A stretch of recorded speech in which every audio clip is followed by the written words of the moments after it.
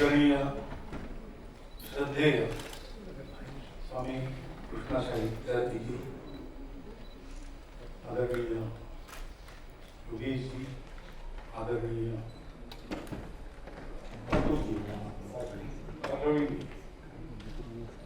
और हमारे स्वामी विज्ञानानंद जी, उपस्थित सज्जन, माता भगिनी, अपने यहाँ पर शास्त्रार्थ की परंपरा है। विभिन्न विषयों का निर्णय होता है तो जैसे कहा गया सामूहिक विचार की एक परंपरा है और देश को लेकर, धर्म को लेकर, समाज को लेकर जो बातें रहती है उसका एक व्यापक विचार मंथन चलता है। तो उसमें एक प्रपोजल रखा जाता है, उसको कहते हैं पूर्व पक्ष। प्रमाणों सहित वो रखा जाने के बाद लोग उसको सुनते हैं और फिर अपने अपने विचार उसके समर्थन में, विपक्ष में सब प्रकार के होते हैं।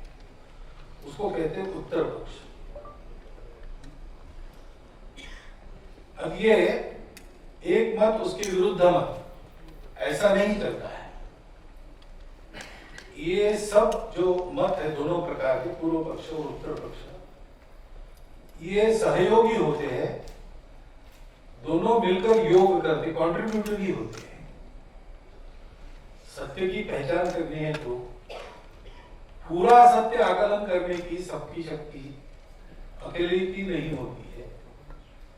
सत्य वो है जो सबका मिलाकर जो है उससे थोड़ा अधिक। इसलिए सब लोग अपने अपने दृष्टिकोण से बताते हैं, अपने अपने परिस्थिति में से विचार करते हैं।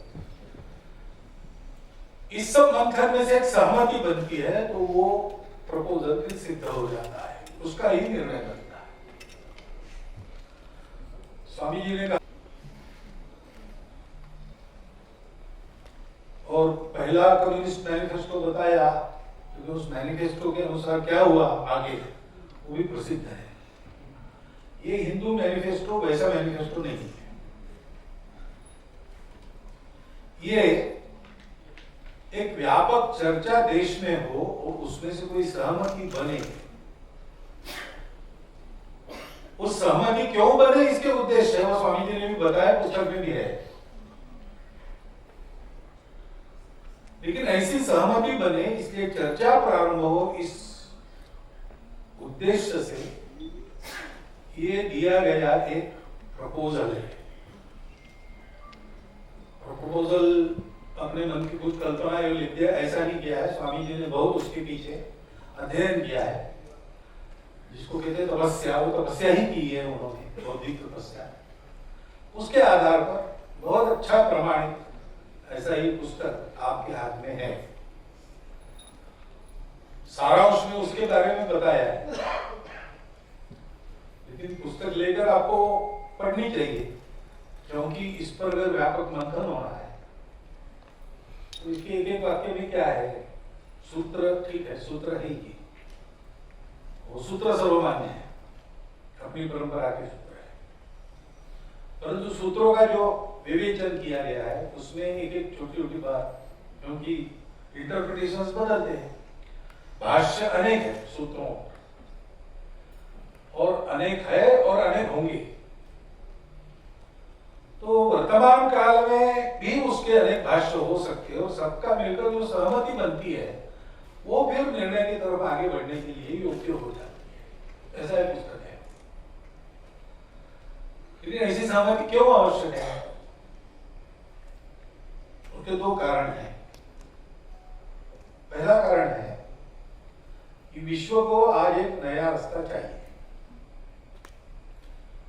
कभी दबे आवाज में, कभी जोर से, कभी केवल बोलते, कभी लिखते हैं, लेकिन दुनिया भर के चिंतक इसको समझ रहे हैं, व्यक्त भी करते हैं। क्योंकि जो प्रयोग हुए पिछले 2000 वर्षों में अनेक प्रकार के और मूल विचार के आधार पर, अपनी चालू भाषा में कहना है तो आस्तिक विचार, नास्तिक विचार, जड़वादी विचार, आध्यात्मिक विचार, ये जो प्रयोग हुए वो प्रयोग अयशस्वी हुए। उसमें कुछ तो लाभ हुआ है, लेकिन जिस सुख की आशा में ये प्रयोग है, सुख के लिए ही सब काम करते हैं। सारी जड़ चेतन सृष्टि सुख के पीछे है, तो उसके लिए प्रयोग हुए। उसमें से सुविधा बढ़ी, ज्ञान बढ़ा मनुष्य जाति का, उसमें से कई प्रकार की सुविधाएं भी मनुष्य को मिली, और भौतिक सुख भी बहुत मात्रा में बढ़ा। लेकिन ये भी है कि वो सबका नहीं बढ़ा, जिनका बढ़ा उनके लिए किसी का कम होगा, और ये नियम है, किसी का कम होगा तभी दूसरों का बढ़ेगा।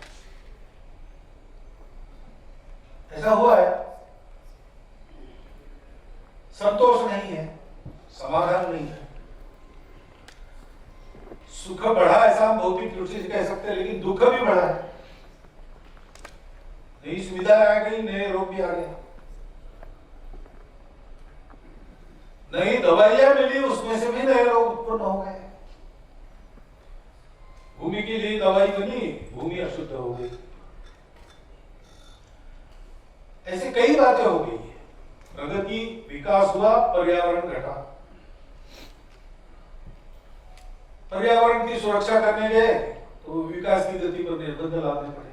ऐसी कई बातें हैं, और इसलिए विश्व सोचता है कि हमने दो रास्तों का विचार किया, उस पर चलकर देखा, दो प्रकार के, दो दिशाओं का।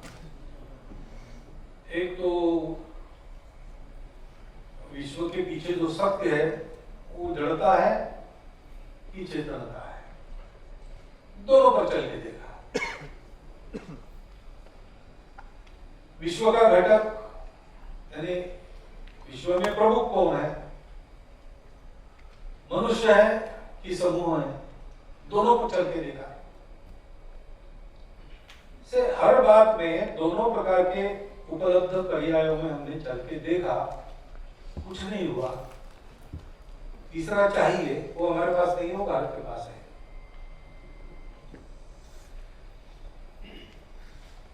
तो ये कर्तव्य बनता है विश्व की मनुष्यता के लिए एक नया रास्ता देने का काम, ये भारत का कर्तव्य बनता है। वैसे भी कर्तव्य है, ईश्वर प्रदत्त कर्तव्य है,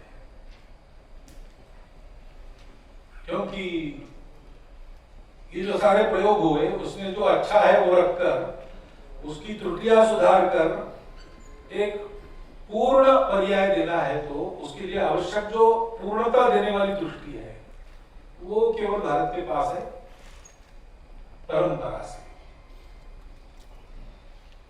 अन्य लोगों के पास नहीं है, इसलिए वो भारत से अपेक्षा करते हैं।